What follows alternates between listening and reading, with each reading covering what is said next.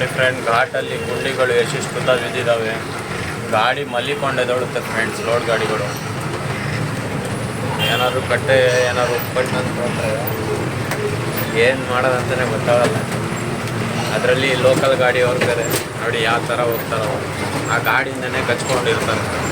ಏನಾದ್ರು ಆ ಗಾಡಿ ಮಿಸ್ ಆಗಿ ಬ್ಯಾಗ್ ಬಂತು ಅಂತ ಹೆಚ್ಚಾದರೆ ಹಿಡ್ಕೊಂಡು ನಾಯಿ ಕೂಡ ಹೊಡಿತಾರೆ ಡ್ರೈವರ್ಗಳು. ಅರ್ಥ ಮಾಡ್ಕೊಳ್ಳೋ ಪೇಷನ್ಸ್ ಇರೋಲ್ಲ. ದೊಡ್ಡ ಗಾಡಿ ಹೋಗ್ತಾ ಇದೆ, ಲೋಡ್ ಗಾಡಿ ಇರೋ ಆರಾಮಾಗಿ ಹೋಗೋಣ ಅನ್ನೋದಿಲ್ಲ.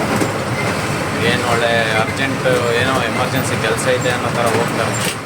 ಏನಾದ್ರು ಒಂಚೂರು ಟಚ್ ಆದರೆ ಅಮ್ಮನೂ ಅಕ್ಕನೂ ಅವ್ರು ಎಲ್ಲ ಡ್ರೈವರ್ ಯಾರ್ಯಾರಿದ್ದಾರೆ ಅವ್ರ ಅಮ್ಮಂದಿರನ್ನೆಲ್ಲ ರೋಡಿಗೆ ಎಳಿತಾರೆ.